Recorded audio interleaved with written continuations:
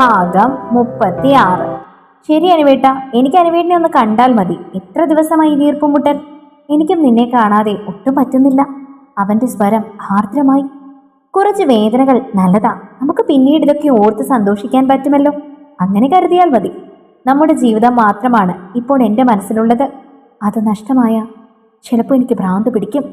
അവന്റെ വാക്കുകളിൽ നിറഞ്ഞു നിന്ന വേദനയും സഹായതയും അവൾക്ക് മനസ്സിലാക്കാൻ സാധിക്കുന്നുണ്ടായിരുന്നു. അങ്ങനെയൊന്നും ചിന്തിക്കേണ്ട, ഞാൻ പറഞ്ഞില്ലേ, ഒക്കെ നല്ലതിന് വേണ്ടിയാണ്. അങ്ങനെ മാത്രം അനുവേട്ടൻ കരുതിയാൽ മതി. നമുക്ക് നല്ലൊരു ജീവിതം ഉണ്ടാവാനുള്ള ബുദ്ധിമുട്ടുകളാണ്. നമ്മൾ ഒരിക്കലും യഥാർത്ഥ വിജയത്തിലേക്ക് അത്ര പെട്ടെന്ന് എത്തില്ല.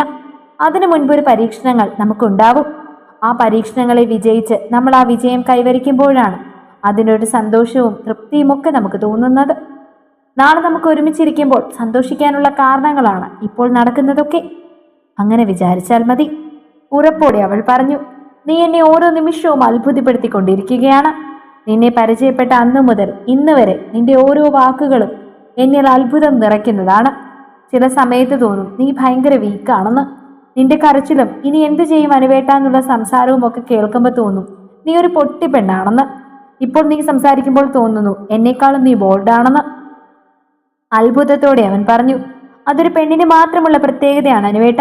ഒരു സമയത്ത് ചിലപ്പോൾ ഞാൻ ഭയങ്കരമായി പൊട്ടിയാകും, ചിലപ്പോൾ സാഹചര്യങ്ങൾക്കനുസരിച്ച് ശക്തിയാവും. അതൊരു പെണ്ണിന് മാത്രമുള്ള ക്വാളിറ്റിയാണ്. ചിലപ്പോൾ ഒരു പുരുഷന് ഒരിക്കലും അങ്ങനെ ആവാൻ സാധിക്കില്ല. സാഹചര്യങ്ങൾക്കനുസരിച്ച് മാറാൻ സാധിക്കുന്ന ഒരു പ്രത്യേക കഴിവ് പെണ്ണിനുണ്ട്. അവനൊന്ന് ചിരിച്ചു. വീട്ടിലുള്ളവരോട് പോലും യുദ്ധം ചെയ്ത് എന്നെ സ്നേഹിക്കാനും മാത്രം എന്ത് പ്രത്യേകതയാടി നീ എന്നിൽ കണ്ടത്? അവന്റെ ശബ്ദത്തിൽ കുറ്റബോധവും വേദനയും ഒക്കെ നിറഞ്ഞിരുന്നു. എനിക്കറിയില്ല, അതിന് മാത്രം ഇത്രയും നാളായിട്ടും ഒരു ഉത്തരം കണ്ടെത്താൻ എനിക്ക് സാധിച്ചിട്ടില്ല. ആദ്യമായിട്ട് കണ്ട നിമിഷം മുതൽ എൻ്റെ മനസ്സിൽ കയറിയതാണ് ഈ മുഖം. അതിനുള്ള കാരണം അതെനിക്കിപ്പോഴും അറിയില്ല.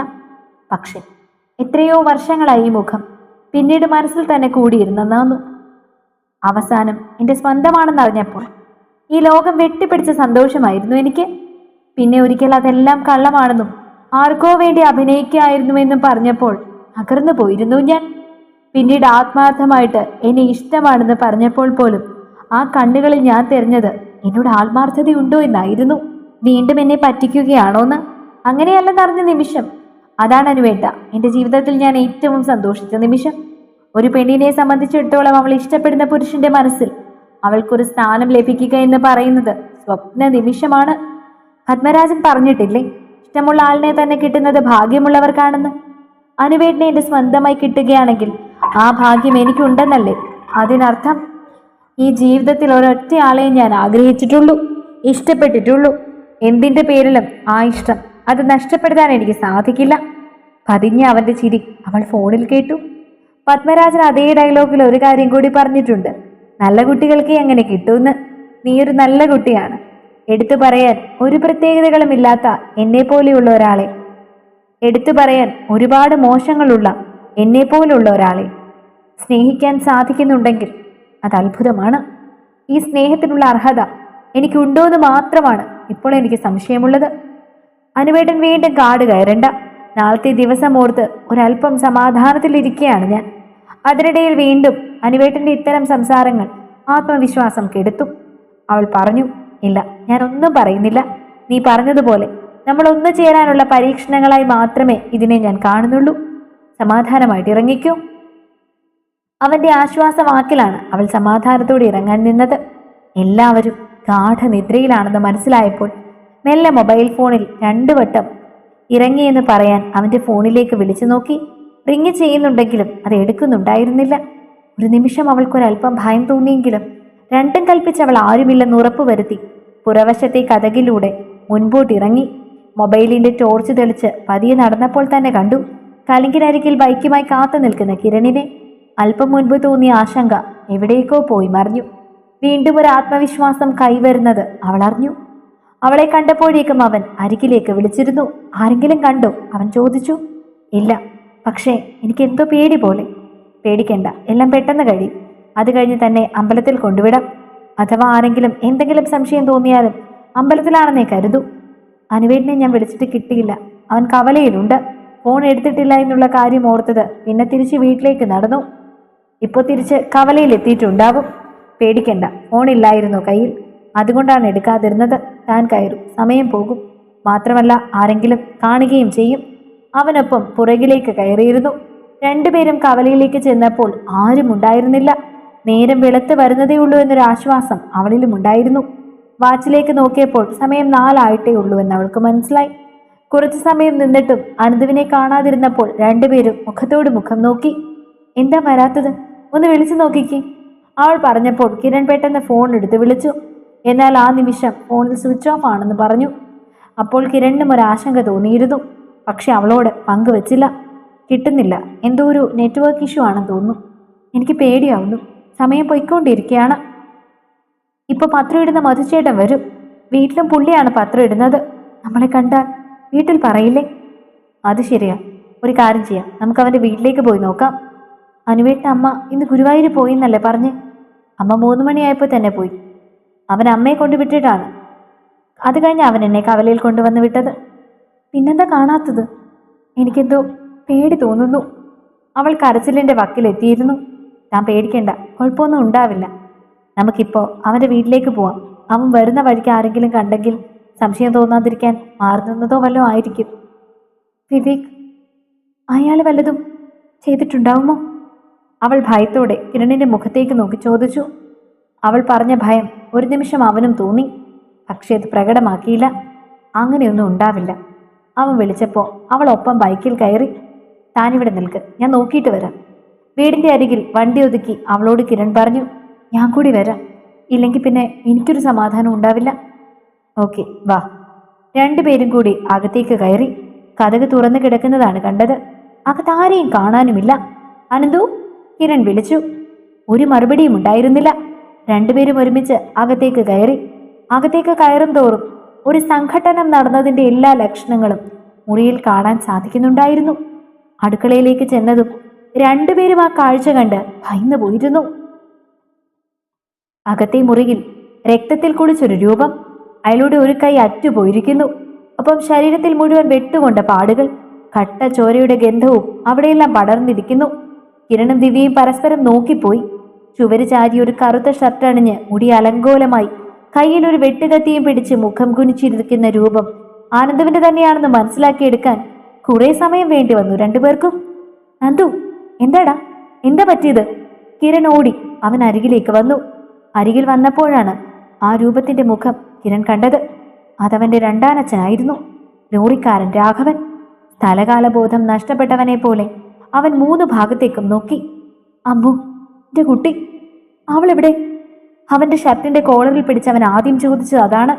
പെട്ടെന്നൊന്നും മനസ്സിലാവാതെ കിരൺ അവനെ നോക്കി. ആരെയും നോക്കാതെ ഒരു ഭ്രാന്തനെ പോലെ അവൻ അടുക്കളയിൽ നിന്നും അകത്തേക്ക് ഓടി. അകത്തെ മുറിയിൽ ബോധരഹിതയായി കിടക്കുന്ന കുഞ്ഞു പെങ്ങളിലേക്ക് മാത്രമായി അപ്പോൾ അവന്റെ ശ്രദ്ധ.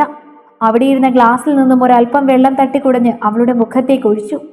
നേരിയ അനക്കം അവളിൽ വെച്ച് തുടങ്ങിയ നിമിഷമാണ് അവൻ വർത്തമാനകാലത്തിലേക്ക് തിരികെ വന്നതെന്ന് തോന്നി. അനുവേട്ട, ചിലമ്പിച്ച ദിവ്യയുടെ ഒച്ചയാണ് അവനെ വീണ്ടും പൂർവ്വസ്ഥിതിയിലേക്ക് കൊണ്ടുവന്നത്.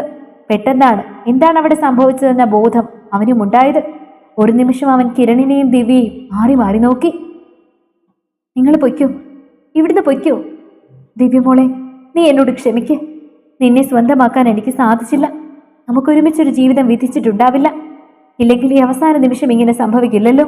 കിരണേ, നീ ഇവളെയും എത്രയും പെട്ടെന്ന് വീട്ടിൽ കൊണ്ടാക്കണം. ഇല്ലെങ്കിൽ പിന്നെ ശരിയാവില്ല, പോലീസൊക്കെ വരും. അവനൊരു ഭ്രാന്തനെ പോലെ പുലമ്പി. അനന്തവേട്ടൻ എന്തൊക്കെയായി പറയുന്നത്? അവന്റെ ഷർട്ടിന്റെ കോളറിൽ പിടിച്ച് അവനെ നന്നായി ഉള്ളച്ച് അവൾ ചോദിച്ചു. ഒന്നും പറയാൻ നിൽക്കാൻ സമയമില്ല, നീ ഇവിടുന്ന് പോ, അവൻ ആക്രോശിച്ചു. ഞാൻ എങ്ങും പോകില്ല. ഇങ്ങനെയൊരു അവസ്ഥയിൽ ഒറ്റയ്ക്കാക്കിയിട്ട് ഞാൻ ഇവിടുന്ന് എങ്ങോട്ടും പോകില്ല. എന്താ സംഭവിച്ചത് എന്നോട് പറ, അവൾ ചോദിച്ചു. അമ്മ ഗുരുവായൂർക്ക് കൊണ്ടുവന്ന് വിട്ടതിന് ശേഷം മൊബൈൽ മറന്നതുകൊണ്ട് ഞാൻ തിരികെ ഇങ്ങോട്ട് വന്നത്. ഞാനിവിടെ വന്നപ്പോൾ അമ്മുകുട്ടിയുടെ കരച്ചിൽ കേട്ട മുറിയിലേക്ക് ചെല്ലുന്നത്. അപ്പോഴേക്കും അവളുടെ ശരീരത്തിലേക്ക് എന്തോ അയാൾ കുത്തിവെച്ചിട്ടുണ്ടായിരുന്നു. ആ നിമിഷം തന്നെ അവൾ ഉറങ്ങിപ്പോയി. എന്ത് ചെയ്യുമെന്നറിയാൻ വേണ്ടിയാണ് ഞാൻ ഒളിച്ചു നിന്നത്. ആ സമയത്ത് സ്വന്തം മോളെ അയാൾ നശിപ്പിക്കാൻ നോക്കായിരുന്നു. അവളുടെ വസ്ത്രങ്ങൾ മാറ്റി ചിത്രങ്ങൾ എടുക്കാൻ തുടങ്ങിയപ്പോഴാണ് ഞാൻ അയാളെ പിടിച്ചത്. 1ഉം 2ഉം പറഞ്ഞത് പ്രശ്നമായി. സ്വന്തം മോളോട് ഇങ്ങനെ ഒരു നീച പ്രവൃത്തി ചെയ്യാൻ എങ്ങനെ തോന്നിയെന്ന് ചോദിച്ചപ്പോൾ അയാൾ എന്നോട് പറയാ, നിന്റെ അമ്മ എത്ര പേർക്ക് കിടക്ക വിരിച്ചിട്ടുണ്ട്, അതുകൊണ്ട് ഇത് എൻ്റെ തന്നെയാണെന്നുള്ളത് എന്തുറപ്പാണ് എന്ന്. അതും കൂടി കേട്ടപ്പോൾ എനിക്ക് സഹിക്കാൻ പറ്റിയില്ല. ഞങ്ങൾ തമ്മിൽ വാക്കേറ്റമുണ്ടായി. പിന്നീട് അത് കയ്യാങ്കളിയിലേക്ക് എത്തി. അവസാനം അയാൾ എൻ്റെ തലയ്ക്കടിച്ചു. നെറ്റിയിൽ നിന്ന് ചോരം വന്ന് ബോധം കെടുമെന്ന് തോന്നിയ നിമിഷം അടുക്കളയിൽ ചെന്ന് വെട്ടുകത്തിയെടുത്ത് ഞാൻ അയാളെ വെട്ടി. ഞാൻ അങ്ങനെ ചെയ്തില്ലായിരുന്നെങ്കിൽ എൻ്റെ കുട്ടിയെ അയാൾ നശിപ്പിച്ചേനെ. പലവട്ടം അവൾ എനിക്ക് സൂചന തന്നിട്ടുണ്ട്, വസ്ത്രം മാറുന്നിടത്തും അല്ലാതെയുമൊക്കെ തെളിഞ്ഞു നിൽക്കുന്നുണ്ടെന്ന്. അപ്പോഴൊക്കെ എനിക്കൊരു വിശ്വാസമുണ്ടായിരുന്നു. എന്നോട് കാണിക്കുന്ന പോലെയല്ലല്ലോ, അവളോട് ഒരിക്കലും അയാൾ മോശമായ രീതിയിൽ ഇടപെടുക ചെയ്യില്ലെന്ന്. മോളെന്നൊന്നുമല്ല അയാൾക്ക് എന്ന് എനിക്ക് മനസ്സിലായി. ഒരു സ്ത്രീ ശരീരം മാത്രമാണ് അയാൾക്ക് ആവശ്യം, കാമം തീർക്കാനും പിന്നീട് പണമുണ്ടാക്കാനും. ഇങ്ങനെയുള്ളവന്മാർ ഒന്നും ജീവിച്ചിരിക്കാൻ അർഹതയില്ലാത്തവരാണ്. അതുകൊണ്ട് തന്നെയാണ് ഞാൻ അയാളെ കൊന്നത്. അവൻ എന്തോ ഒരു ഉന്മാദ അവസ്ഥയിലായിരുന്നു. എന്തൊക്കെയായി പറയുന്നത്? ഇനി അനുവേട്ടിന് ട്രെയിനിങ്ങിന് ജോയിൻ ചെയ്യാൻ പറ്റുമോ? അനുവേട്ടിന്റെ ഭാവി പോയില്ലേ? അവൾ കുഞ്ഞുങ്ങളെ പോലെ കരഞ്ഞു. പോയി.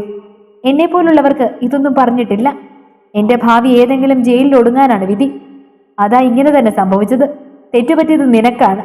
എന്നെപ്പോലെ ഒരുത്തനെ നീ സ്നേഹിക്കാൻ പാടില്ലായിരുന്നു. ഇനി നിന്റെ കണ്ണീരിന്റെ ശാപം കൂടി ഈ ജന്മം ഞാൻ ഏറ്റുവാങ്ങണ്ടേ? മറന്നേക്കണം, എന്നെ നീ മറന്നേക്കണം. ഇനി നിന്റെ ജീവിതത്തിൽ ഞാനില്ല. ഞാൻ കാരണം നിനക്ക് വിഷമങ്ങളെ ഉണ്ടായിട്ടുള്ളൂ.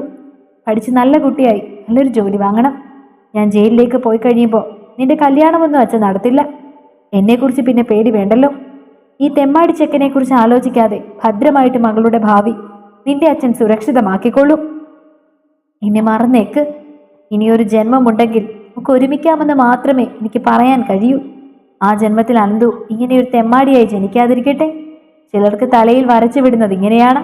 അത് മാറ്റാൻ ആർക്കും പറ്റില്ല. അവൻ കരഞ്ഞുപോയി. എന്തൊക്കെയാണ് നീ പറയുന്നത്? കിരണം കരഞ്ഞു പോയിരുന്നു. നിങ്ങൾ ഇവിടെ നിൽക്കണ്ട, ഇത് ഞാൻ മാത്രമേ അറിഞ്ഞിട്ടുള്ളൂ. ഞാൻ മാത്രം അറിഞ്ഞാൽ മതി. അവൾക്ക് ബോധമില്ല. അവൾ ഉണർന്നു വരുമ്പോഴേക്കും പോലീസ് വരും. നിങ്ങൾ പൊയ്ക്കോ, നിങ്ങൾ ഇതിൽ ഇടപെടണ്ട. അവൻ പറഞ്ഞു. പോലീസ് വരുമെന്ന് നിനക്കെന്താ ഇത്ര ഉറപ്പ്? ആരും അറിഞ്ഞിട്ടില്ലല്ലോ. നമുക്ക് എങ്ങനെയെങ്കിലും ഈ ബോഡി ഇവിടുന്ന് മാറ്റാം. ഇല്ലടാ, അപ്പുറത്തുള്ള ആരൊക്കെ എന്തൊക്കെയോ കേട്ടിട്ടുണ്ട്. അപ്പുറത്തെ സുധാകരൻ വന്ന് നോക്കിയിരുന്നു. ഇയാൾ രക്തത്തിൽ കിടക്കുന്നത് കണ്ട് അയാൾ ഓടിപ്പോയതാണ്. മരവിച്ചൊരവസ്ഥയിലായിരുന്നു ദിവ്യ. ഉള്ളം കൈയിൽ നിന്നും ജീവിതം ചോർന്നു പോകുന്നത് അവൾ അറിഞ്ഞു. ദിവ്യയെ കൊണ്ടുവിടൂ. അവളുടെ പേരെങ്ങും വരാൻ പാടില്ല. ഞാൻ എങ്ങോട്ടും പോകില്ല അനുവേട്ട, ഉറപ്പോടെ അവൾ പറഞ്ഞു. ഞാൻ പറയുന്നത് കേൾക്ക് ദിവ്യ, അവൻ ദേഷ്യത്തോടെ പറഞ്ഞു. കേൾക്കില്ല. മരണത്തിലാണെങ്കിലും ജീവിതത്തിലാണെങ്കിലും അനുവേട്ടിനൊപ്പം മാത്രമാണ് ഇനിയെന്ന് കരുതിയാണ് ഞാൻ വീട്ടിൽ നിന്ന് ഇറങ്ങിയത്.